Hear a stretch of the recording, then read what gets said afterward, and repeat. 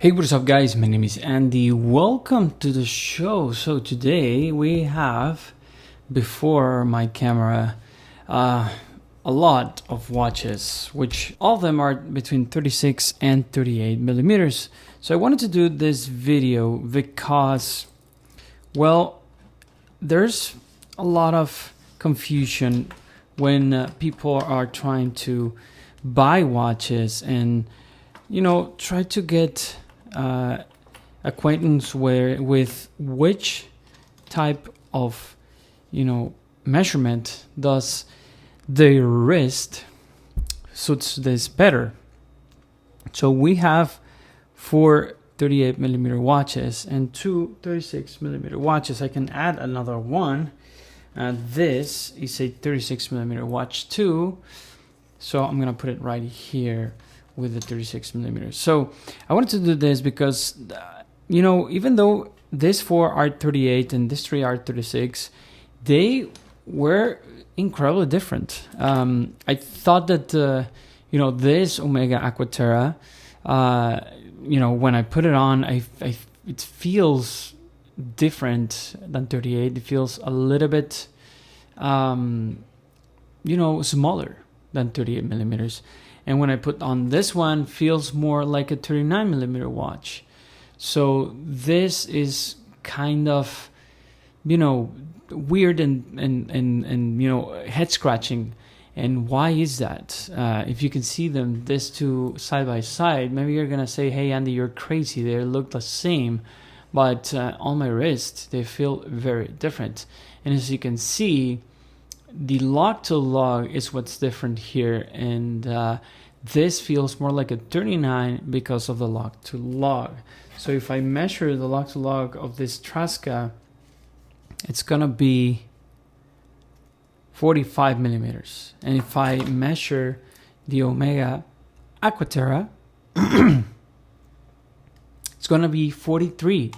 So if we compare this 38 millimeter watches, this is why the Omega Aquaterra feels smaller. And actually, not just because of this measurement, the log to log, but the log width is actually 19 millimeters.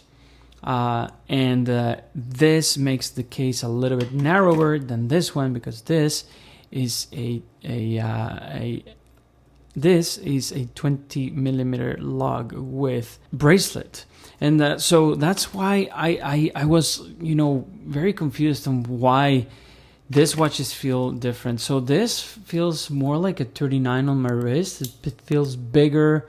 The dial, I think, is a little bit bigger. From afar, you cannot tell that this one is 38. You can tell that it's almost 39. Like the OP39s of the past. And this one feels more like 37, almost 36 on my wrist because of the very small log to log and the 19 millimeter log width.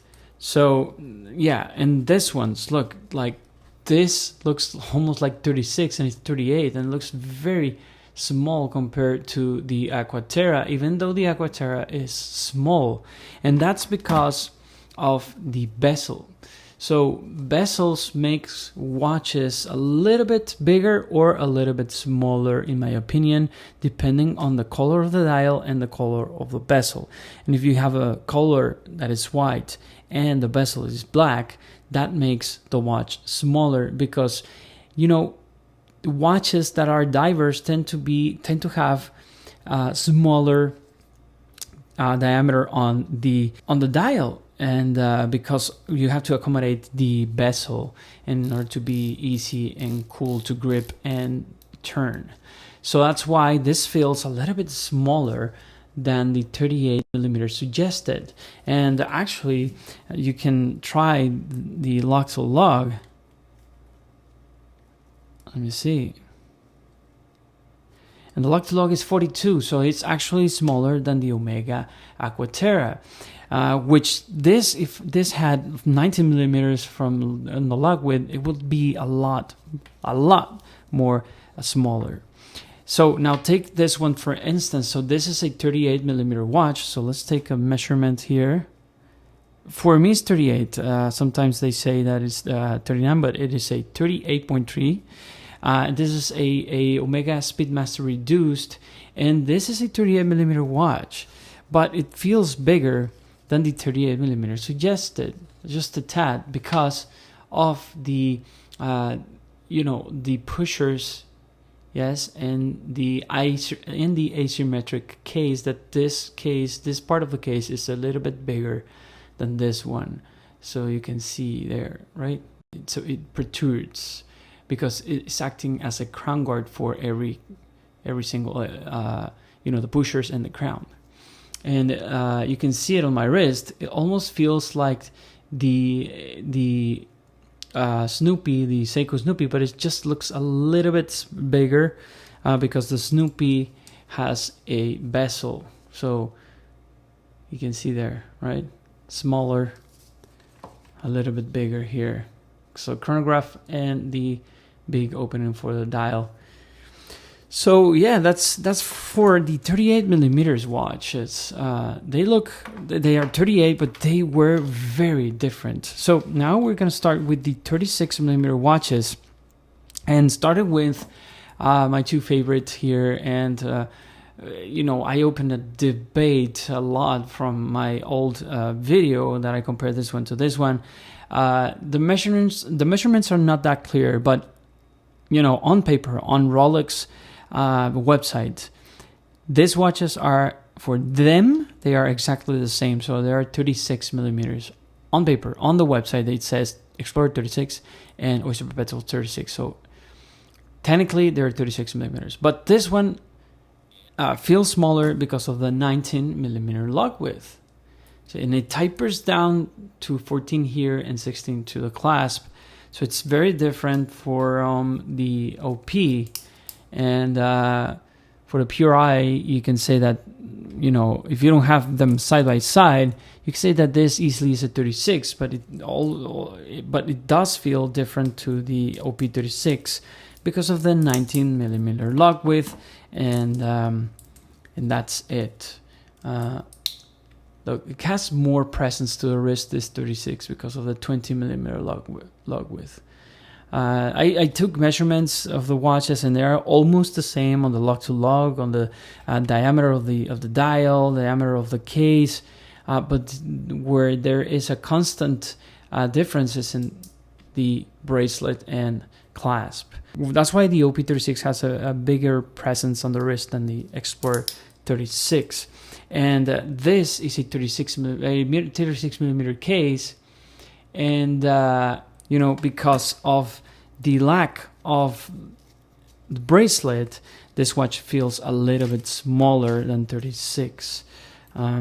So yeah, it just feels smaller on the wrist because of the lack of bracelet that you have here on the OP36. And actually, it has male end links, so that's why it feels a little bit bigger. But yeah, guys, this is just a quick comparison video and a little bit, learning video of why taking measurements matter sometimes, on watches, and why taking your time to know the measurements of the watches before you buy. You can almost see or almost know which one is gonna fit you better. So I'm gonna do another video on 42 millimeter watches, because I have 3 42 millimeter watches that were very different, because a lot of things that the watches have in common and different from each other. So yeah, let me know in the comments down below, guys. What do you think about this type of videos, and educational video on the sizes and why it matters to measure or know the measurements of the lug to lug, the diameter of the dial, if it's a diver or not, if it has end links, male end links or female end links, if it's a chronograph or just a field watch without a bracelet. yeah, thank you guys for watching. Remember to like and subscribe to this video. It really does help to the channel. And if you don't like to do that, thank you for watching anyway. And remember guys, I'm Andy and I'll be here spending time watching time.